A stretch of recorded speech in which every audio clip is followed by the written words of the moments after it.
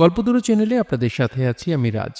পড়ছি হারুকি মুরাকামির ভাঙনের পর বইটি থেকে একটি গল্প, সুপার ফ্রগের টোকিও বাঁচানো। কাতাগিরি তার অ্যাপার্টমেন্টের সামনে গিয়ে দেখতে পেল তার জন্য একটি বিশাল ব্যাঙ অপেক্ষা করছে। এটি অত্যন্ত শক্তিশালী ছিল এবং 6 ফুট লম্বা পায়ের ওপর দাঁড়িয়েছিল। কাতাগিরির মতো 5 ফুট 3 ইঞ্চি লম্বা শীর্ণকায় একজন মানুষ এ বিশাল আকারের ব্যাঙটিকে দেখে অপ্রস্তুত হয়ে গেল।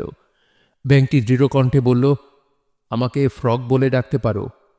কাতাগিরি দরজার সামনে নিশ্চুপ দাঁড়িয়েছিল। সে কিছু বলতে পারছিল না। ভয় পেও না, আমি তোমার কোনো ক্ষতি করতে আসিনি। ভিতরে এসে দরজাটি বন্ধ করে দাও প্লিজ।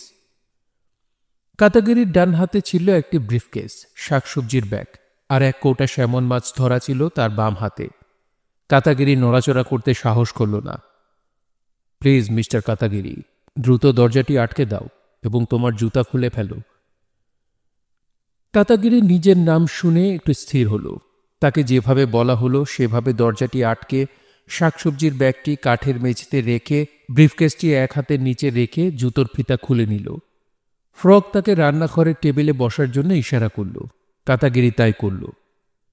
তোমার অনুপস্থিতিতে এই ঘরে ঢোকার জন্যে আমি তোমার কাছে ক্ষমা প্রার্থী মিস্টার কাতাগিরি। আমি জানতাম তুমি আমাকে দেখে বিস্মিত হবে, কিন্তু আমার কিছু করার ছিল না। এক কাপ চা খাবে? আমি ভেবেছিলাম তুমি দ্রুতই বাড়ি আসবে, আর তাই আমি পানি গরম করেছি। কাতাগিরির হাতে ব্রেকফাস্টটি এখনো আছে। সে ভাবছে হয়তো কেউ তার সাথে মজা করছে।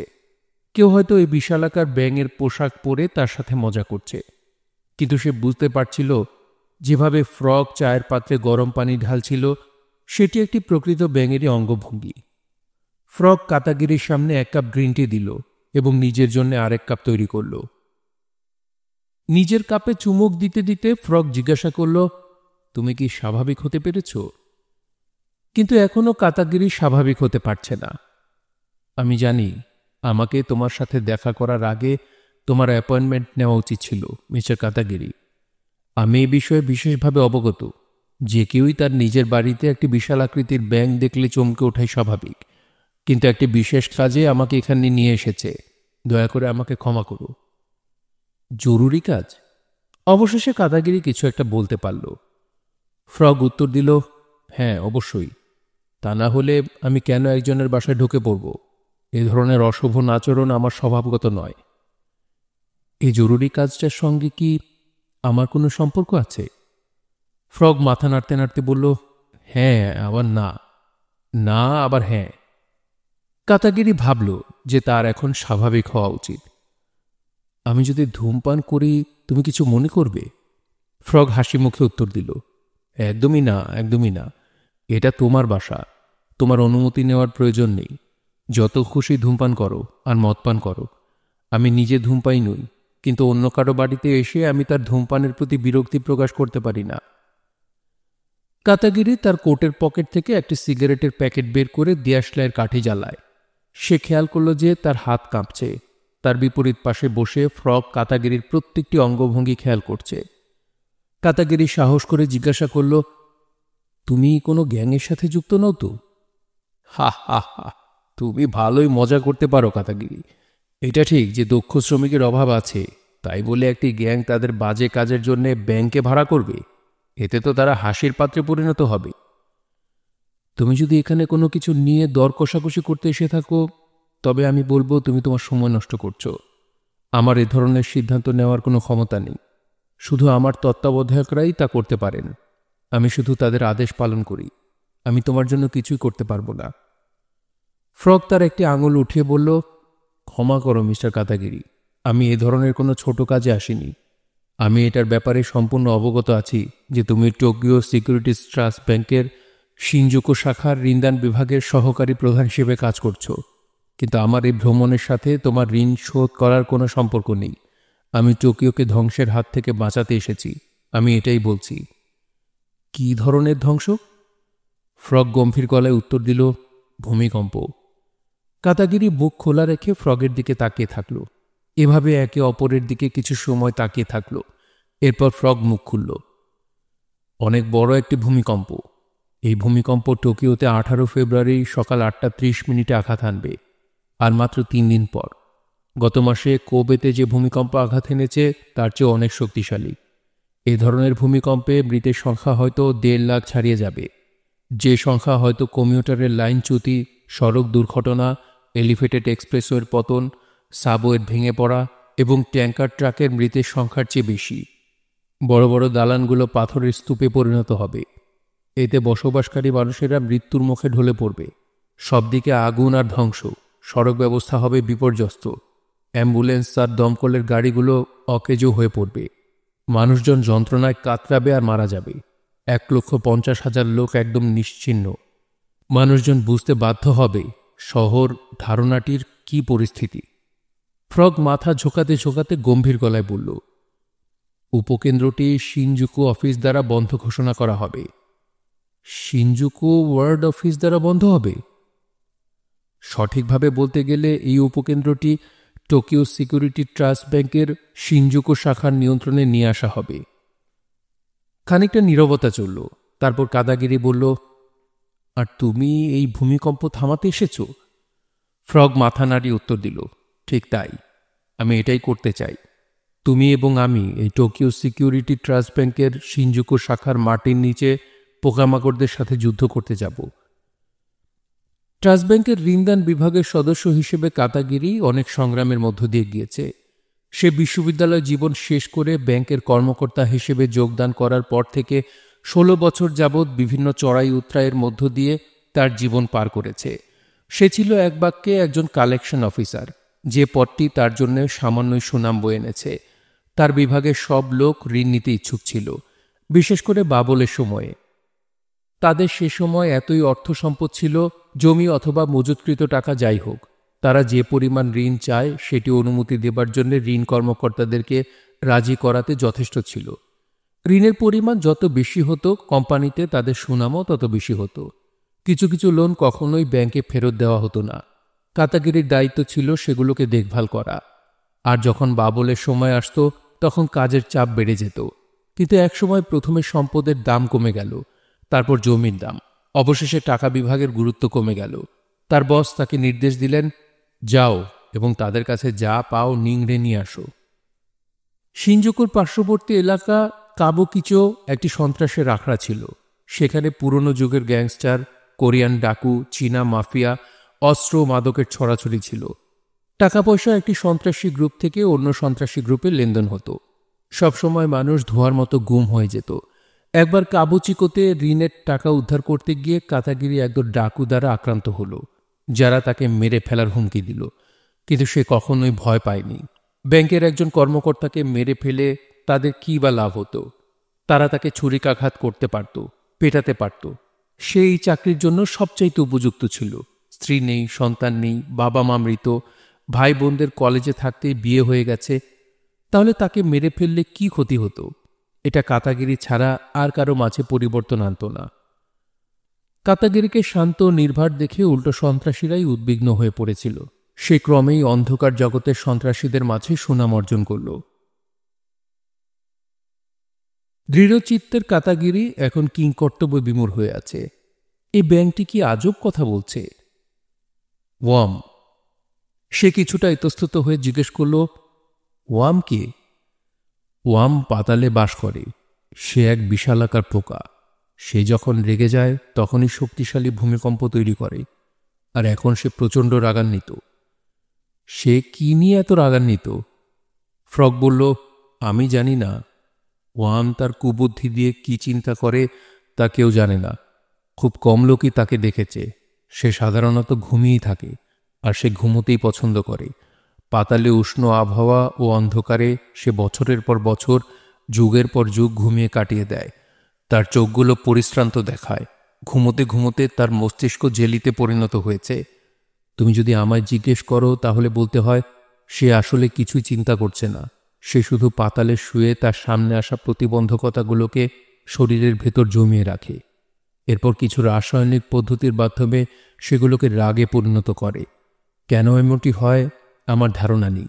আমি এটি কখনোই ব্যাখ্যা করতে পারিনি। ফ্রগ চুপ হয়ে গেল। সে কাতাগিরির দিকে তাকিয়ে কিছুক্ষণ বিরতি নিয়ে আবার শুরু করল। দয়া করে আমাকে ভুল বুঝো না। আমার সাথে ওয়ামের কোনো শত্রুতা নেই। আমি তাকে শয়তানের প্রতিভূ হিসেবে দেখি না, আবার তার কদুও হতে চাই না। পৃথিবীতে হাজার রকমের প্রাণীর অস্তিত্ব আছে। পুরো পৃথিবী একটি ওভারকোটের মতো, যাতে অনেক রকমের ছোট বড় পকেট রয়েছে। কিন্তু এই মুহূর্তে ওয়াম এমন একটি পর্যায়ে পৌঁছেছে যে তাকে অবজ্ঞা করলে পৃথিবীর ভীষণ ক্ষতি হয়ে যাবে। বিভিন্ন রকমের ঘৃণা তার দেহে ও হৃদয়ে পুষে রেখে তার হৃদয় এবং দেহকে এক প্রচণ্ড আকার দিয়েছে, যা যে কোনো সময়ের চাইতেও বৃহত্তর। তার উপর এই ব্যাপারটিকে আরও জটিল করে তুলেছে গত মাসে কোবেতে ঘটে যাওয়া ভূমিকম্প, যা তাকে জাগিয়ে তুলেছে। এ প্রচণ্ড রাগের মধ্য দিয়ে তার উপলব্ধি হয়েছে টোকিওতে একটি শক্তিশালী ভূমিকম্প তৈরির এখনই সময়। মিস্টার কাতাগিরি, আমি জানি আমি কি বলছি। আমি আমার পোকা বন্ধুদের কাছ থেকে ভূমিকম্পের অবস্থান ও মাত্রার ভয়াবহতা সম্বন্ধে নির্ভরযোগ্য খবর জেনেছি। ফ্রগ চুপ হয়ে কিছুক্ষণ চোখ বন্ধ রাখল। কাতাগিরি বলল, তাহলে তুমি বলতে চাচ্ছ যে তুমি এবং আমি পাতালে গিয়ে ভূমিকম্প বন্ধের জন্যে ওয়ামের বিরুদ্ধে যুদ্ধ করব? ঠিক তাই। কাতাগিরি তার চায়ের কাপ নিয়ে আবার রেখে দিল। সে বলল, আমি এখনো বুঝতে পারছি না তুমি কেন আমাকে তোমার সাথে যাবার জন্য নির্বাচন করলে। ফ্রগ কাতাগিরির চোখের দিকে তাকিয়ে বলল, তোমার প্রতি আমার সবসময় গভীর শ্রদ্ধা আছে। দীর্ঘ 16 বছর যাবৎ তুমি নীরবে সবচাইতে ভয়ঙ্কর কম আকর্ষণীয় কাজ, যেটি অন্যরা পাশ কাটিয়ে চলে গিয়েছে, সেগুলো চমৎকারভাবে করে গিয়েছ। আমি ভালোই বুঝি এই কাজগুলো তোমার জন্য কতটা কষ্টের ছিল, এবং আমার বিশ্বাস তোমার ঊর্ধ্বতন কর্মকর্তা কিংবা তোমার কোনো সহকর্মী এই কাজগুলোর যথাযথ মূল্যায়ন করেনি। তারা সবাই অন্ধ, আর তুমি এগুলোর যথাযথ মূল্যায়ন ও পদোন্নতি না পেয়েও কোনো অভিযোগ করনি। এটা শুধু তোমার কাজের ক্ষেত্রেই ঘটেনি। বাবা মা মারা যাওয়ার পরে তুমি তোমার ভাই বোনদের নিজ হাতে গড়ে তুলেছ, কলেজে ভর্তি করিয়েছ, এমনকি তাদেরকে বিয়েও দিয়েছ। এই সব কিছুর পেছনে তোমার সময় ও অর্থের ব্যয় হয়েছে। উপরন্তু তুমি নিজেও বিয়ে করনি। এসব কিছুর পরেও তোমার ভাই বোন তোমার প্রতি সামান্যতম কৃতজ্ঞতা প্রকাশ করেনি। এ তো অনেক দূরের কথা। তারা তোমাকে ন্যূনতম শ্রদ্ধাও দেখায়নি, উল্টো তোমার সাথে বাজে ব্যবহার করেছে। আমার মতে তাদের এই আচরণ ক্ষমার অযোগ্য। আমার এও মনে হয়েছে যে তোমার পক্ষ থেকে আমি তাদের শাস্তি দেই, কিন্তু তুমি এর মাঝে কোনো রকমের রাগ পর্যন্ত দেখালে না। সত্যি কথা কি মিস্টার কাতাগিরি, তোমার সরলতা ও মিতভাষী স্বভাবের জন্য সবাই তোমাকে অবজ্ঞা করে। আমি যাই হোক বুঝতে পারছি তুমি কেমন সাহসী ও বিচক্ষণ। পুরো টোকিও শহরের লক্ষ লক্ষ লোকের মাঝে তুমি ছাড়া আর কাউকে এই অভিযানে আমার সঙ্গী করতে ভরসা পাচ্ছি না। কাতাগিরি বলল, মিস্টার ফ্রগ, আমাকে এটি বলো। ফ্রগ একটি আঙুল তুলে বলল, দয়া করে আমাকে ফ্রগ বলে ডাকো। কাতাগিরি জিজ্ঞেস করল, ফ্রগ, আমাকে বলো তুমি কিভাবে আমার এত কিছু জানো। মিস্টার কাতাগিরি, এত বছর যাবৎ আমি এমনি এমনি ফ্রগের কাজ করছি না।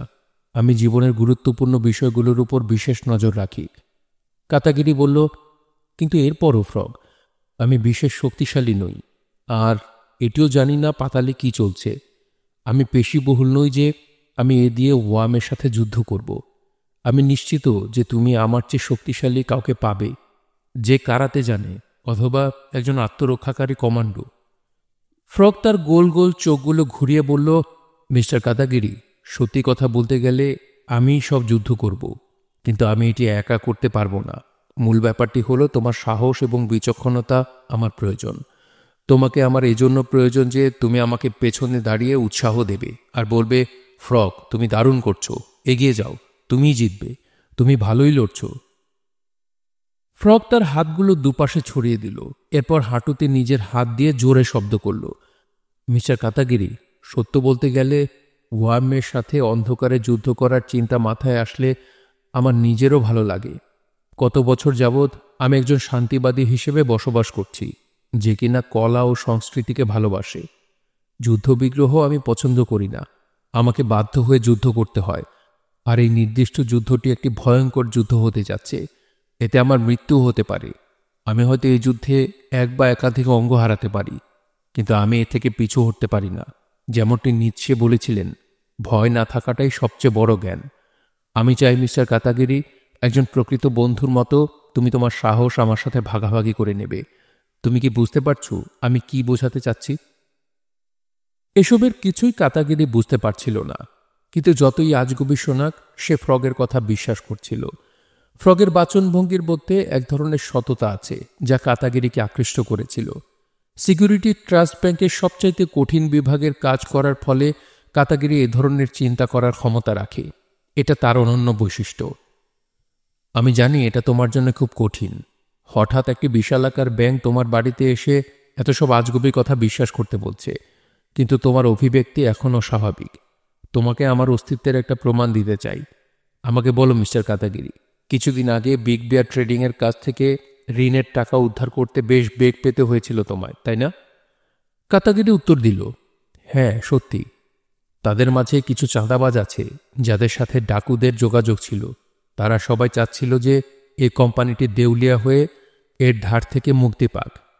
তোমার ব্যাংকের ঋণ কর্মকর্তা তাদের কোনো রকম ব্যাকগ্রাউন্ড চেক ছাড়া বিশাল অঙ্কের ঋণ দিয়েছিল, আর যথারীতি এই বিশাল অঙ্কের ঋণ উদ্ধার করতে তোমাকে দায়িত্ব দেওয়া হয়। আর তোমার এই টাকা উদ্ধার করতে বেশ বেগ পেতে হয়েছিল। কিছু প্রভাবশালী রাজনৈতিক ব্যক্তিত্ব তাদের পৃষ্ঠপোষকতা দিয়ে আসছিল। তোমাকে 700 মিলিয়ন ইয়েন উদ্ধারে কাজ করতে হয়েছে। তুমি এ ধরনের অবস্থার সম্মুখীন হয়েছিলে, তাই না? তুমি যথার্থ বলছো। ফ্রগ তার দুহাত দুদিকে প্রসারিত করল। তার বিশাল হাতগুলো পাখার মতো দেখাচ্ছিল। মিস্টার কাতাগিরি, দুশ্চিন্তা করো না। সব দায়িত্ব আমার উপর ছেড়ে দাও। কাল সকালের মধ্যে বৃদ্ধ ফ্রগ তোমার সমস্যার সমাধান করে দেবে। রাতে ভালো একটা ঘুম দাও। হাসি মুখে উঠে দাঁড়ালো ফ্রগ। এরপর একটি শুকিয়ে যাওয়া স্কুইডের মতো নিজেকে সংকুচিত করে দরজার ফাঁক গলে কাতাগিরিকে একা রেখে গেল। রান্নাঘরের টেবিলে রাখা দুটি কাপই একমাত্র প্রমাণ যে ফ্রগ কাতাগিরির অ্যাপার্টমেন্টে এসেছিল। পরদিন সকাল 9টায় কাজে পৌঁছানোর সাথে সাথেই কাতাগিরির টেলিফোন বেজে উঠল। একটি পুরুষ কণ্ঠ থেকে আওয়াজ এলো, মিস্টার কাতাগিরি। কণ্ঠস্বরটি শুনে মনে হলো কোনো ব্যবসা সংক্রান্ত ফোন। আমি শিরাওকা, বিগ বিয়ার মামলাটির একজন অ্যাটর্নি। আমি আজ সকালে আপনার মক্কেলের কাছ থেকে ঋণ সংক্রান্ত একটি ফোন কল পেয়েছি। সে আপনাকে জানাতে চায় যে নির্দিষ্ট সময়ের মধ্যেই সে সম্পূর্ণ ঋণ শোধ করতে চায়। সে আপনাকে একটি স্বাক্ষরিত চুক্তিপত্রও দিতে চায়। তার একটাই অনুরোধ যে আপনি তার বাড়িতে ফ্রগকে আর পাঠাবেন না। আমি আবার বলছি, সে চায় যে আপনি ফ্রগকে আর তার বাড়িতে পাঠাবেন না। আমি নিজেই জানি না এর অর্থ কী, কিন্তু আমার ধারণা এটি আপনার কাছে পরিষ্কার। ঠিক বলেছি মিস্টার কাতাগিরি? কাতাগিরি উত্তর দিল, নিশ্চয়ই। আমি বিশ্বাস করি আপনি এই বার্তাটি ফ্রগের কাছে পৌঁছে দেবেন। আমি তাই করব। আপনার মক্কেল আর ফ্রগকে দেখবে না। অসংখ্য ধন্যবাদ। আমি আপনার জন্য আগামীকালের মধ্যে চুক্তিপত্রটি তৈরি করব। কাতাগিরি বলল, আমি কৃতজ্ঞ। লাইনটি কেটে গেল। ফ্রগ কাতাগিরির সাথে মধ্যাহ্নভোজের সময় ট্রাস্ট ব্যাংক অফিসে দেখা করল। আমার মনে হয় তোমার বিগ বিয়ার মামলাটি সমাধানের দিকে যাচ্ছে। কাতাগিরি চারদিকে উদ্বিগ্ন হয়ে তাকালো। ফ্রগ বলল, চিন্তা করো না, একমাত্র তুমিই আমাকে দেখতে পাচ্ছ। কিন্তু আমি নিশ্চিত যে তুমি আমার অস্তিত্ব সম্বন্ধে অবগত হলে। আমি তোমার চিন্তার কোনো ফসল নই। আমি কাজ করতে পারি এবং তার একটি ফলাফলও তৈরি করতে পারি। আমি বাস্তব, একটি জীবিত প্রাণী। আমাকে বলো মিস্টার ফ্রগ। একটি আঙুল উঠিয়ে ফ্রগ বলল, আমাকে ফ্রগ বলে ডাকবে। আমাকে বলো ফ্রগ, তুমি তাদের সাথে কি করেছ? ফ্রগ উত্তর দিল, তেমন কিছু না। আমি তাদেরকে একটু ভয় দেখিয়েছিলাম, মনস্তাত্ত্বিক ভয়। জোসেফ কনরাড বলেছিলেন, আসল ভয় হলো সেটি যা মানুষ তাদের কল্পনায় অনুভব করে। কিন্তু সেটি তেমন গুরুত্বপূর্ণ ছিল না। আমাকে বিগ বিয়ার মামলাটি সম্বন্ধে একটু বলো। সব ঠিকঠাক আছে, তাই না? কাতাগিরি মাথা নাড়িয়ে একটা সিগারেট জ্বালাতে জ্বালাতে বলল, তেমনটিই মনে হচ্ছে। তাহলে আমি তোমার সাথে যে প্রতিজ্ঞা গতকাল রাতে করেছিলাম সেটি সফলভাবে পালন করেছি। তুমি কি আমার সাথে ওয়ামের বিরুদ্ধে যুদ্ধে যাচ্ছ? দীর্ঘশ্বাস ছেড়ে চশমার কাচ মুছতে মুছতে কাতাগিরি বলল, সত্যি বলতে গেলে আমি এই ব্যাপারটি নিয়ে মোটেও রোমাঞ্চিত নই, কিন্তু আমার ধারণা এর থেকে পরিত্রাণ পেতে এটাই যথেষ্ট নয়। না, ফ্রগ বলল, এটা হলো সম্মান ও দায়িত্বের ব্যাপার। তুমি হয়তো ব্যাপারটি নিয়ে রোমাঞ্চিত নও, কিন্তু আমাদের আর কোনো উপায় নেই। তোমাকে ও আমাকে ওয়ামের বিরুদ্ধে যুদ্ধ করতে পাতালে যেতে হবে। যদি এই অভিযানে আমাদের প্রাণ যায় তবে আমরা কারো অনুকম্পা পাব না। আর যদি আমরা ওয়ামকে পরাজিত করতেও পারি তবু কেউ আমাদের প্রশংসা করবে না, কেউ এটা জানবেও না যে তাদের পায়ের নিচে এত বড় একটি যুদ্ধ সংঘটিত হয়েছে। শুধু তুমিও আমি জানব মিস্টার কাতাগিরি, এটি যেমনই হোক শুধু আমাদের একার যুদ্ধ হবে। কাতাগিরি নিজের হাতের দিকে কিছুক্ষণ তাকিয়ে থাকল, তারপর তার সিগারেটের ধোঁয়ার দিকে তাকালো। তুমি জানো মিস্টার ফ্রগ, আমি একজন সাধারণ মানুষ। ফ্রগ বলল, শুধু ফ্রগ? কিন্তু কাতাগিরি বলে চলল, আমি একজন সাধারণ মানুষ, সাধারণের চাইতেও সাধারণ। আমার মাথার চুল ধীরে ধীরে পড়ে যাচ্ছে, ভুঁড়ি বেড়ে চলেছে, আর গত মাসেই আমার বয়স 40 হয়েছে। আমার পাগুলো চওড়া। ডাক্তার আমাকে বলেছে আমার ডায়াবেটিক্সের ঝুঁকি আছে। 3 মাসের বেশি সময় হয়ে গেল আমি কোনো নারীর সাথে ঘুমাই না, আর আমাকে তার জন্য টাকা খরচ করতে হয়েছিল। আমি এই ঋণ শাখায় ঋণের টাকা উদ্ধারের জন্য কিছুটা মর্যাদা পাই, কিন্তু তা যথেষ্ট নয়। আমার ব্যক্তিগত জীবনে অথবা কর্মজীবনে এমন কেউ নেই যে আমাকে পছন্দ করে। মানুষের সাথে কিভাবে কথা বলতে হয় তা আমি জানি না, আর অপরিচিতদের সাথে একেবারে আনাড়ি। এ কারণে কারোর সাথে আমি বন্ধুত্ব করতে পারি না। আমার খেলোয়াড়ি কোনো ক্ষমতা নেই, স্বরের উঠানামা বুঝতে পারি না। আমি খাট বেশি দূর দেখতে পাই না। একটি ভয়াবহ জীবনযাপন করি। আমি শুধুই খাই দাই আর ঘুমাই। আমি এও জানি না যে আমি কেন বেঁচে আছি। আমার মতো একজন মানুষের কেন টোকিওতে বাঁচতে হবে? কারণ মিস্টার কাতাগিরি, টোকিও শুধুমাত্র তোমার মতো একজন মানুষের দ্বারা নিরাপদ হতে পারে, আর তোমার মতো মানুষের কারণেই আমি টোকিওকে রক্ষা করতে চাই। কাতাগিরি দীর্ঘশ্বাস ছেড়ে বলল, ঠিক আছে, আমাকে কি করতে হবে? ফ্রগ কাতাগিরিকে তার পরিকল্পনা বলল। তারা 17 ফেব্রুয়ারি রাতে পাতালে যাবে, ভূমিকম্পের একদিন আগে। তাদের পথ হবে টোকিও সিকিউরিটি ব্যাংকের শিনজুকু শাখার ভূগর্ভস্থ রুম। তারা গভীর রাতে সেখানে দেখা করবে। কাতাগিরি ওভারটাইম করার ছুতোয় আগে থেকেই সেখানে অবস্থান করবে। দেয়ালের বাঁচে একটি খাদ আছে। তারা 150 ফুট রশি বেয়ে মাটির নিচে ওয়ামকে পাবে। কাতাগিরি জিজ্ঞেস করল, তোমার কি কোনো যুদ্ধের পরিকল্পনা আছে? অবশ্যই আছে। ওয়ামের মতো একজন শক্তিশালী শত্রুকে যুদ্ধে পরাজিত করতে পরিকল্পনা অবশ্যই থাকতে হবে। সে একটি পিচ্ছিল জাতীয় প্রাণী। তুমি তার মুখ থেকে তার নিতম্ব আলাদা করতে পারবে না। সে একটি কমিউটার ট্রেনের মতো বিশাল। তোমার যুদ্ধের পরিকল্পনা কি? কিছুক্ষণ বিরতি দিয়ে ফ্রগ উত্তর দিল, লোকে বলে নীরবতাই সর্বোৎকৃষ্ট পন্থা। তুমি কি বলতে চাচ্ছ তাহলে আমি কোনো প্রশ্ন করব না? হ্যাঁ, এভাবেই হতে পারে। কিন্তু আমি যদি শেষ মুহূর্তে ভয় পেয়ে পালিয়ে আসি, তাহলে তুমি কি করবে মিস্টার ফ্রগ? শুধু ফ্রগ? ফ্রগ, তাহলে তুমি কি করবে? ফ্রগ কিছুক্ষণ ভেবে উত্তর দিল, আমি একা যুদ্ধ করে তাকে পরাজিত করার সুযোগ আনা কারোনিনার তীব্র গতিসম্পন্ন গাড়ি থামানোর চাইতে বেশি। তুমি কি আনা কারোনিনা পড়েছ মিস্টার কাতাগিরি? সে যখন শুনল যে কাতাগিরি আনা কারেনিনা পড়েনি, সে এমন ভঙ্গি করল যে এটি খুবই লজ্জার ব্যাপার।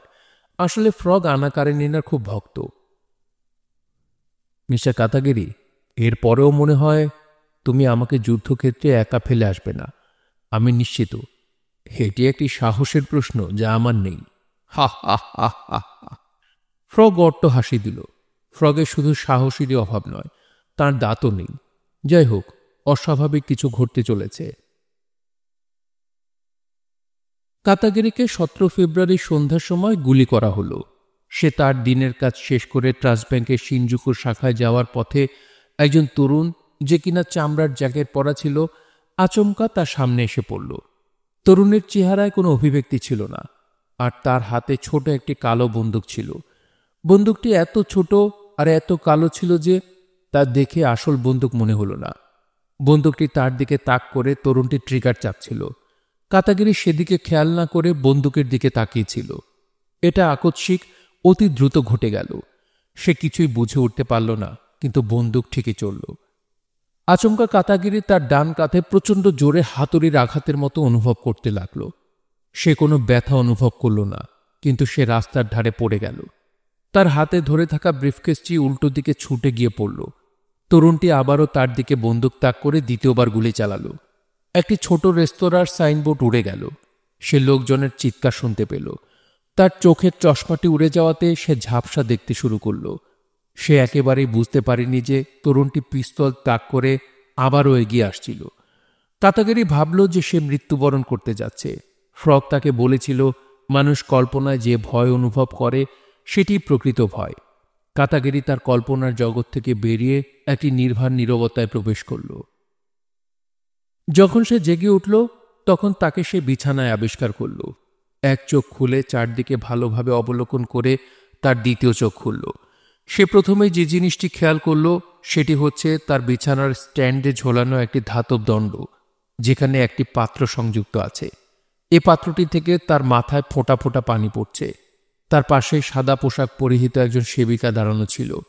সেটা বুঝতে পারল যে সে একটি শক্ত বিছানায় শুয়ে আছে এবং তার পরনে শুধুমাত্র অদ্ভুত রকমের একটি গাউন। সে ভাবল, ও আচ্ছা, আমি তো রাস্তা দিয়ে হেঁটে যাচ্ছিলাম আর তখন একজন যুবক আমাকে গুলি করেছিল। যতদূর মনে পড়ে আমার কাঁধে, ডান কাঁধে। সে মনে মনে সেই দৃশ্যটি অনুভব করল। যখন সে তরুণের হাতে ধরা ছোট কালো বন্দুকটির কথা মনে করল তখন তার হৃদকম্পন বেড়ে গেল। জানোয়ারগুলো আমাকে মেরে ফেলতে চেয়েছিল, কিন্তু আমার মনে হচ্ছে আমি এখন ঠিক আছি। আমার স্মৃতিও ঠিক আছে, কোনো ব্যথা নেই। শুধু ব্যথা নয়, আমার কোনো অনুভূতিও নেই, আর আমি আমার হাত উপরে তুলতে পারছি না। হসপিটালের কক্ষটিতে কোনো জানলা ছিল না। সে এটাও মনে করতে পারছিল না যে তখন দিন না রাত ছিল। বিকেল 5টার কিছু আগে তাকে গুলি করা হয়েছিল। এর মাঝে কতটুকু সময় অতিবাহিত হয়েছে? ফ্রগের সাথে তার যে অভিযানে যাবার কথা ছিল তার সময় কি পার হয়ে গেছে? কাতাগিরি কক্ষের মাঝে একটি ঘড়ি খুঁজতে লাগলো, কিন্তু চশমা ছাড়া সে কিছু দেখতে পাচ্ছিল না। এক্সকিউজ মি, সে সেবিকার দৃষ্টি আকর্ষণ করল। সেবিকা উত্তর দিল, যাক, আপনি শেষ পর্যন্ত জেগে উঠলেন। কটা বাজে? সেবিকা তার ঘড়ির দিকে তাকালো। 9:15। রাত? বোকার মতো প্রশ্ন করবেন না, এখন সকাল। কাতাগিরি তার বালিশ থেকে মাথা সামান্য উঁচু করে কাতরাতে কাতরাতে বলল, সকাল 9:15? তার গলা থেকে যে শব্দ বেরোল সেটা অন্য কারো গলার স্বর বলে মনে হল। 18 ফেব্রুয়ারি সকাল 9:15? সেবিকা তার ডিজিটাল ঘড়িটির দিকে তাকিয়ে তারিখ পরীক্ষা করে উত্তর দিল, ঠিক তাই, আজ 18 ফেব্রুয়ারি 1995।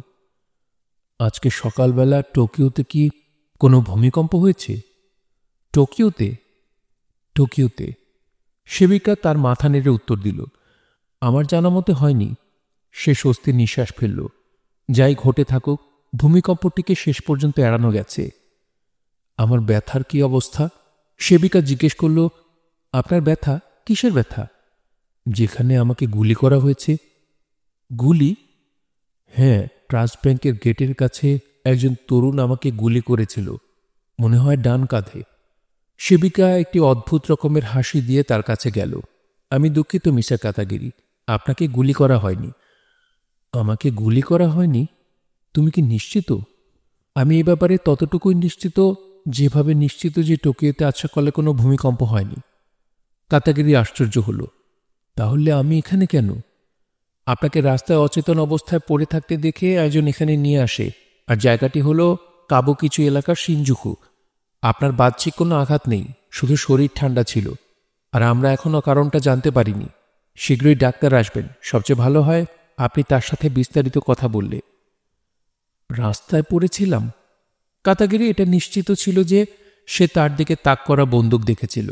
সে একটি দীর্ঘ নিঃশ্বাস নিয়ে তার মাথাটাকে সোজা করার চেষ্টা করল। সে সবগুলো ঘটনাকে সাজাতে লাগল। তাহলে তুমি বলতে চাচ্ছ গতকাল সন্ধ্যা থেকে আমি হাসপাতালের বিছানায় অচেতন হয়ে পড়েছিলাম? সেবিকা উত্তর দিল, সত্যি। আর আপনার খুব বাজে একটা রাত গেছে মিস্টার কাতাগিরি। আপনি খুব বাজে কোনো দুঃস্বপ্ন দেখেছেন। আমি আপনাকে বলতে শুনেছি, এই ফ্রগ, ফ্রগ, তুমি আমার জন্য অনেক করেছ। আপনার কি ফ্রগ নামে কোনো বন্ধু আছে? কাতাগিরি চোখ বন্ধ করে তার হৃৎস্পন্দনের শব্দ শুনতে লাগল। এই হৃৎস্পন্দন যেন তার জীবনের প্রতিটি মুহূর্তকে সামনের দিকে এগিয়ে নিয়ে যাচ্ছে। সে যতটুকু মনে করতে পারল তার কতটুকু বাস্তব আর কতটুকু কাল্পনিক। ফ্রগ কি আসলেই বাস্তবে বিরাজ করে?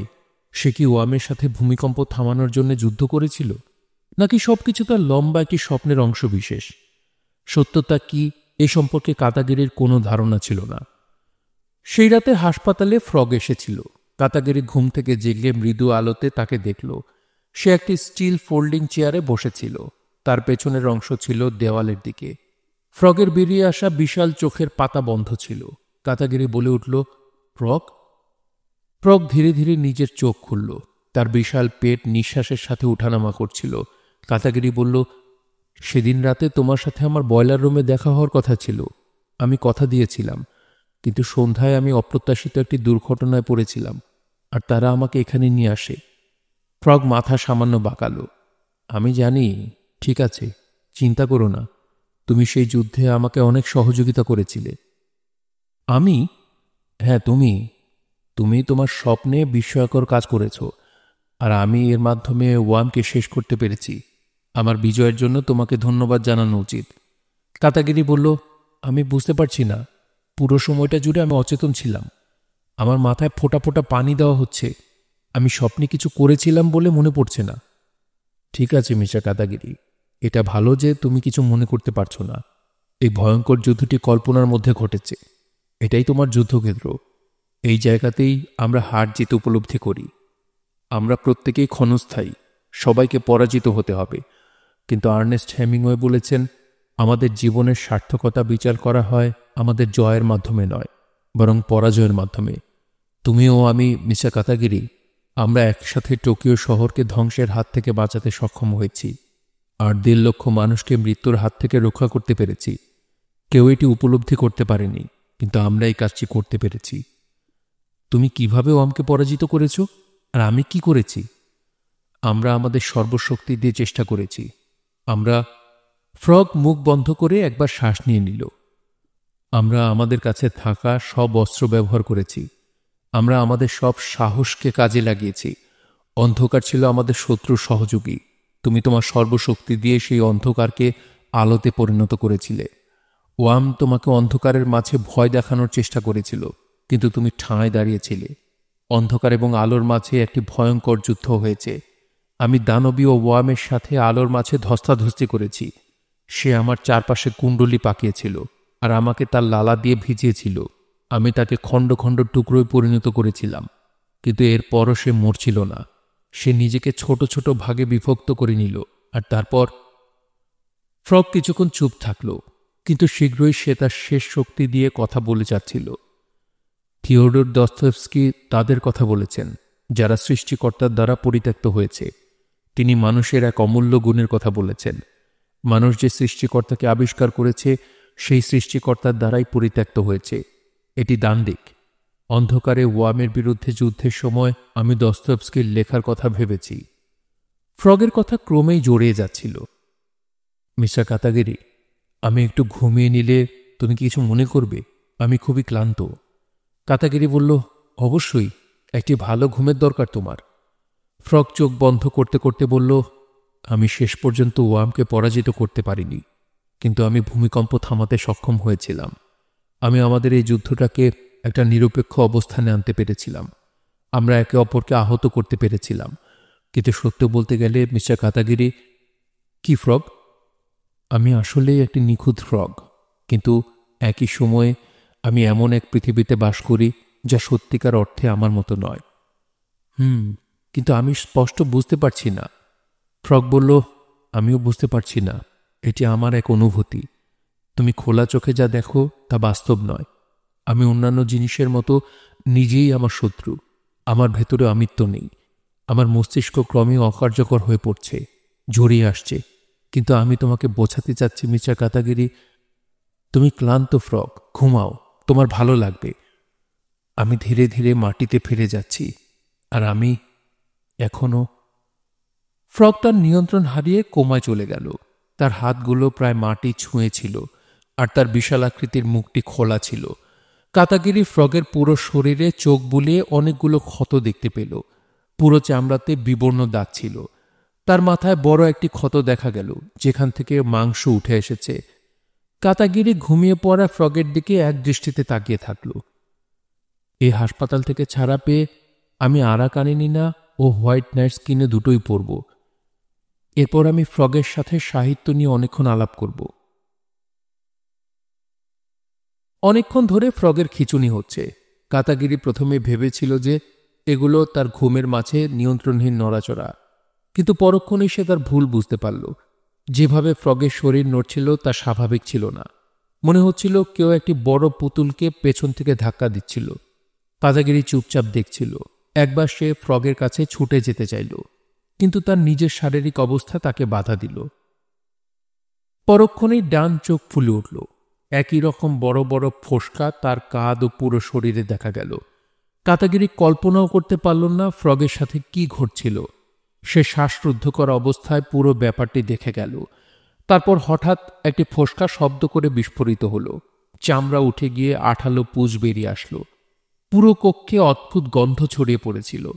বাকি ফোসকাগুলো বিস্ফোরিত হতে শুরু করল।